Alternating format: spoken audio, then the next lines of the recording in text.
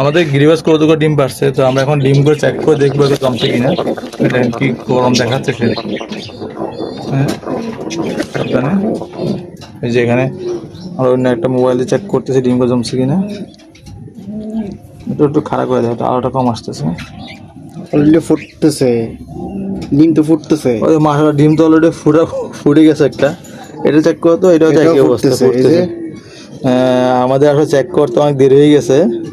Already বাচ্চার মাথা দেখা যাচ্ছে ডিম ফেটে গেছে, ডিম ক্র্যাক হয়ে গেছে। হ্যাঁ দিদি উপরে দিদি ডিম সাবধানে দিদি অলরেডি ক্র্যাক হয়ে গেছে। মা